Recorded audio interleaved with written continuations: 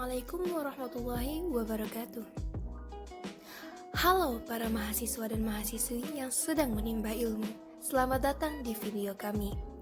Kali ini kita akan mempelajari salah satu materi menarik dalam matematika diskrit, yaitu graf. Sebelumnya kami dari kelompok 2 memperkenalkan anggota-anggota kami. Saya Hidayah Herliani dan teman-teman lainnya, Khairunisa Sipayung, Abram Kaiser Pamungkas, Prayogi, Alhamdi Wahyu Maulana, Zikrullah Ar-Rahmat, dan Aditya Purnawansyah. Memasuki slide 1, sekarang mari kita coba membahas mengenai materi pertama, yakni terminologi graf atau istilah-istilah yang terdapat dalam suatu graf. Yang pertama, kita akan membahas mengenai ketetanggaan atau adjacent, yakni dua buah simpul dikatakan bertetangga bila keduanya terhubung langsung dari simpul 1 dan simpul 2. Coba kita lihat dari graf G1 ya. Pada G1, simpul 1 bertetanggaan dengan simpul 2 dan 3 karena terdapat sisi yang menghubungkan antara simpul 1 dan simpul 2. Kemudian simpul 1 dan simpul 3. Di lain pihak, simpul 1 dan simpul 4 pada grafik G1 tidak bertetangga karena tidak terdapat sisi yang menghubungkan antara simpul 1 dan simpul 4. Pada graf selanjutnya, kita lihat graf J2. Simpul 1 bertetangga dengan simpul 2 dan simpul 1 bertetangga dengan simpul 3. Simpul 2 juga bertetangga dengan simpul 3. Pada graf G3, simpul 1 bertetangga dengan simpul 3, simpul 3 bertetangga dengan simpul 4. Sedangkan simpul 5 pada graf G3 tidak memiliki tetangga apapun, menyendiri dia. Memasuki slide berikutnya, terdapat istilah bersisian atau insidensi dalam graf. Bersisian artinya suatu sisi memiliki hubungan dengan suatu simpul. Misalkan saja, untuk suatu sisi sembarang E, di mana E menghubungkan VG dengan VK, maka simpul VG bersisian dengan sisi E, dan simpul VK juga bersisian dengan sisi E.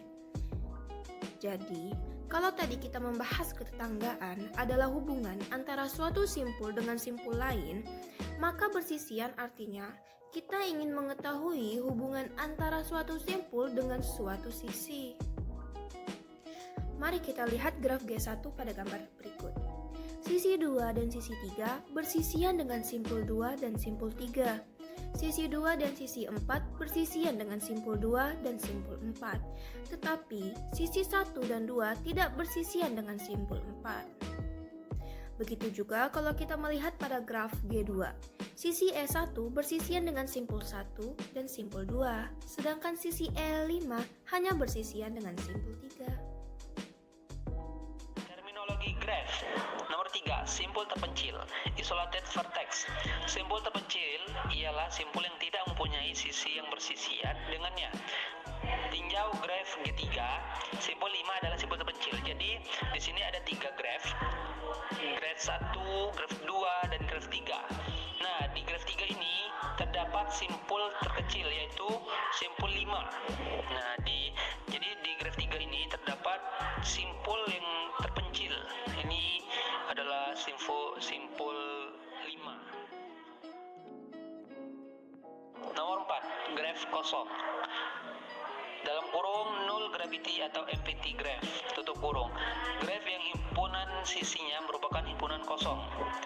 N sama dengan N kecil, tutup kurung, graph N5. Jadi di sini tertera graph yang himpunan sisinya merupakan himpunan kosong adalah graph N5. Nah, ini bisa dikatakan simpul juga sih, simpul graph N5 atau simpul kosong. Di sini ada 5 graf atau simpul, ada simpul 1, simpul 2, simpul 3, simpul 4. Jadi simpul yang himpunan yang kosong, simpul yang kosong adalah simpul 5. Pembahasan selanjutnya yaitu derajat. Dalam graf, Derajat suatu simpul mengindikasi banyaknya sisi yang bersisian dengan simpul tersebut. Nah, pastinya adalah dV atau derajat suatu simpul V. Kita lihat graf G1. Pada graf G1, derajat dari simpul 1 adalah 2, karena simpul 1 memiliki dua buah sisi yang bersisian dengan dirinya.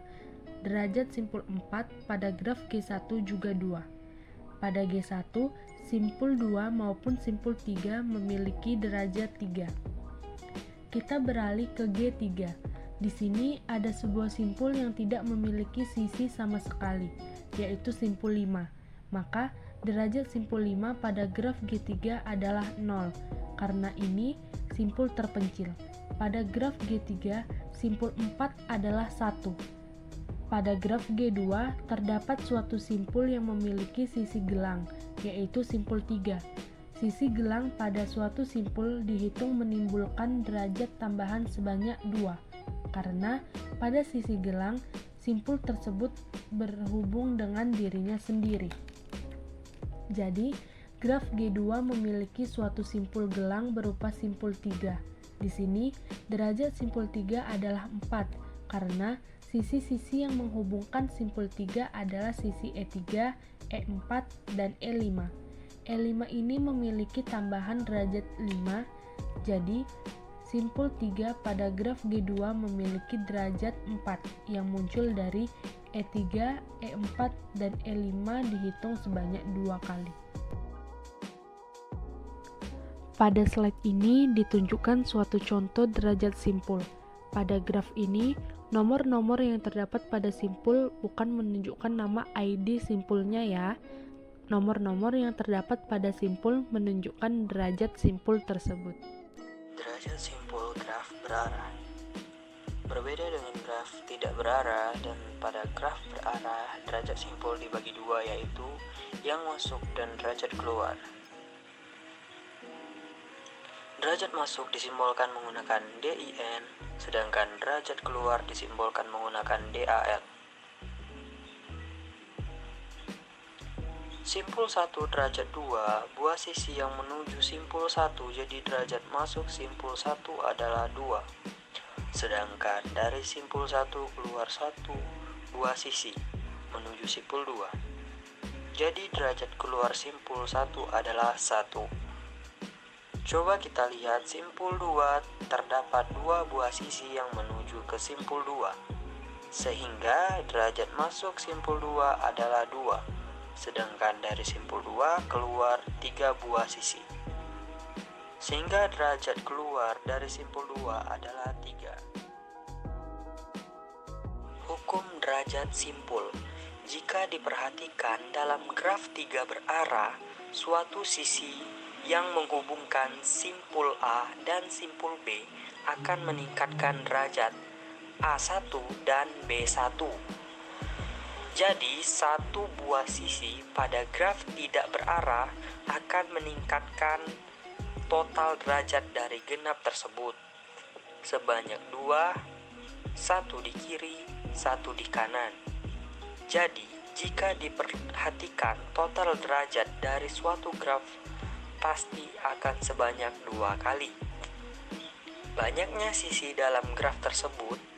Inilah mengapa lemah jabat tangan muncul dalam graf, karena banyaknya total derajat dalam suatu graf adalah 2 kali banyaknya sisi. Di graf tersebut, maka jumlah derajat simpul pada suatu graf pasti genap, yaitu 2 banyaknya sisi. Coba kita lihat graf G1. Graf G1 memiliki 5 buah sisi sehingga total derajatnya adalah 10. Jika dihitung satu persatu derajat simpul 1 ditambah 1 derajat simpul 2 tambah derajat simpul 3 tambah derajat simpul 4, maka 2 tambah 3 tambah 3 tambah 4 sama dengan 10. Jadi ini mengindikasikan bahwa lemah jabat tangan tepat. Contoh penggunaan hukum derajat simpul. Lenma jabat tangan tadi bisa kita gunakan untuk mengetahui apakah suatu graf dapat dibangun atau tidak. Coba kita perhatikan contoh soal berikut. Misalkan kita diminta membuat suatu graf yang terdiri atas 5 buah simpul. Pertanyaannya adalah, apakah kita dapat menggambar grafik tersebut jika derajat masing-masing simpul adalah yang A 2, 3, 1, 1, 2, yang B 2, 3, 3, 4, 4. Cara menjawabnya, untuk soal yang A, kita total derajat-derajat simpul yang diberikan yaitu 2 ditambah 3 ditambah 1 ditambah 1 ditambah 2. Jumlah derajat totalnya adalah 9. Artinya ini menyalahi lenma jabat tangan. Dengan demikian kita tidak dapat membentuk graf sesuai kriteria soal nomor A. Di lain pihak, jika kita ingin mengerjakan soal nomor B, kalau kita menjumlahkan keseluruhan derajat simpul yang ada, maka akan menghasilkan total 16. Jadi, karena derajat simpul totalnya adalah genap, berarti kita bisa membuat graf yang dimaksud soal nomor B. Bagaimana bentuknya? Bisa beragam. Salah satunya bisa dilihat pada gambar di bawah ini. Sekarang, mari kita beralih menggunakan contoh soal berikut. Misalkan kamu diminta membuat suatu graf di mana graf tersebut merupakan graf sederhana yang terdiri atas 5 simpul dengan derajat masing-masing simpul sesuai dengan soal-soal berikut. Yang A 5, 2, 3, 2, 4, B 4, 4, 3, 2, 3, C 3, 3, 2, 3, 2, dan yang D 4, 4, 1, 3, 2. Menurut kamu, mana sajakah yang mungkin dan mana sajakah yang tidak? Berikan alasan kenapa kamu menjawab seperti itu. Untuk jawaban pada soal ini akan ada di slide berikutnya. Tetapi, untuk latihan kamu akan lebih baik bagi kamu untuk mencobanya sebelum kamu melanjutkan video ini. Baiklah, di sini saya akan menjawab soal latihan A. Simpul-simpul yang diminta adalah 5, 2, 3, 2, 4. Apakah mungkin dibentuk graf sederhana untuk simpul-simpul dengan derajat seperti ini? Jawabannya adalah tidak mungkin. Karena pada graf ini terdapat suatu simpul yaitu derajat 5. Pada graf sederhana, tidak dimungkinkan sisi ganda ataupun sisi gelang. Ini adalah contoh graf sederhana.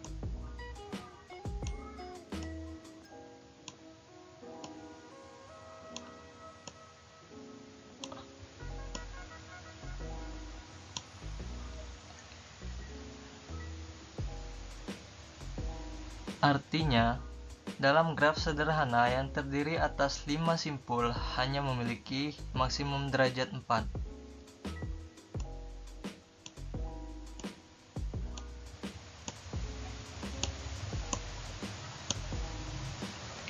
Karena satu buah simpul hanya memiliki 4 kemungkinan tetangga.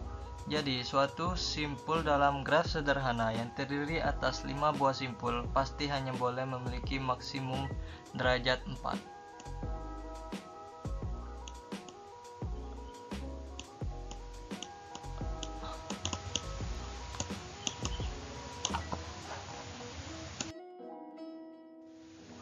Baiklah, soal selanjutnya yaitu B.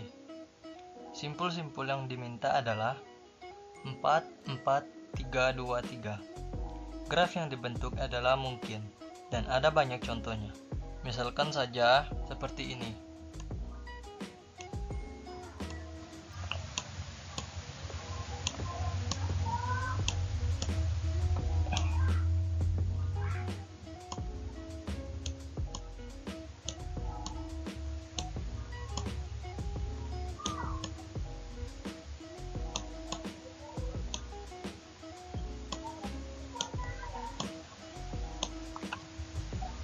Di sini, teman-teman bisa lihat bahwa derajat simpulnya tidak ada yang melebihi dari 4.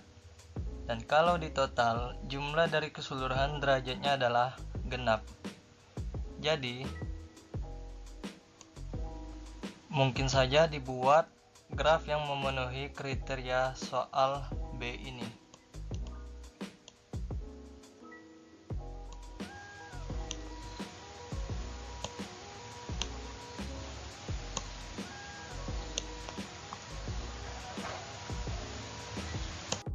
Untuk soal yang C, kalau kita jumlahkan derajat-derajat simpulnya, jumlahnya adalah ganjil, artinya tidak mungkin kita bisa membuat suatu graf yang total derajatnya adalah ganjil, sesuai dengan lema jabat tangan.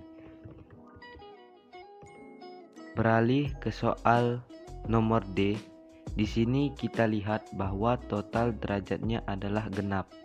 Tetapi apakah mungkin dibangun graf seperti ini? Kalau kita lihat pada soal D, terdapat dua buah simpul yang memiliki derajat 4. Karena sudah ada dua buah simpul yang memiliki derajat 4, artinya kondisi sementara untuk kasus pada soal nomor D adalah seperti ini. Kalau kamu perhatikan baik-baik, dengan kondisi seperti ini, artinya setiap simpul yang lain minimal memiliki derajat 2. Kenapa?